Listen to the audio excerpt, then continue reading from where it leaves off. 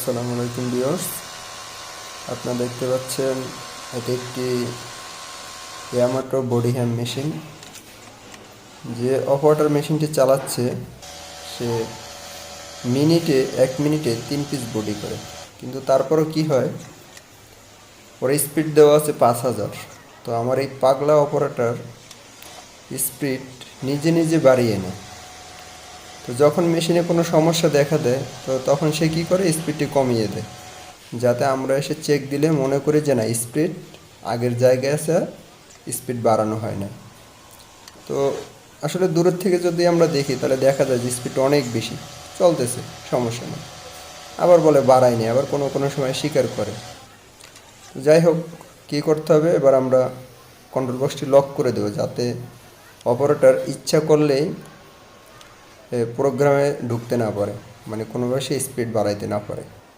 তো ভিউয়ার্স দেখেন আপনারা, আমি কন্ট্রোল বক্সটা ডিসপ্লেটা লক করে দেব, যাতে কোনো অপারেটর চাইলেই আর কন্ট্রোল বক্সের স্পিড বাড়াইতে না পারে। তো দেখেন আপনারা, আসলে এই বোর্ড লক আসলে অনেক মেকানিকরাও জানে না, অনেকেই জানে না। আমার পরিচিত অনেকেই জিজ্ঞেস করেছিলাম কীভাবে এটা লক করতে হয়, কিন্তু অনেকেই জানে না। দেখেন আপনারা, 224 গিয়ে 225 গিয়ে আমি এটা লক করে দিলাম, অন করে দিলাম। তো দেখেন, এবার যখন কেউ প্রোগ্রাম ঢুকতে যাবে তখন 4টা 00 আসছে, সেভ বাটন চাপ দিলে এরো, মানে যে যতই চেষ্টা করে চাইলেই আর এটার ভিতরে প্রবেশ করতে পারবে না।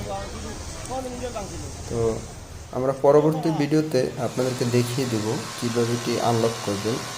তো পরবর্তী ভিডিও দেখার জন্য আপনার চ্যানেলটি সাবস্ক্রাইব করে রাখুন এবং বেল আইকনটি বাজিয়ে রাখুন, যাতে পরবর্তী ভিডিও ছাড়ার পরে নোটিফিকেশন আপনার কাছে চলে যায়। তো ভালো থাকবেন ভিউয়ার্স, আসসালামু আলাইকুম।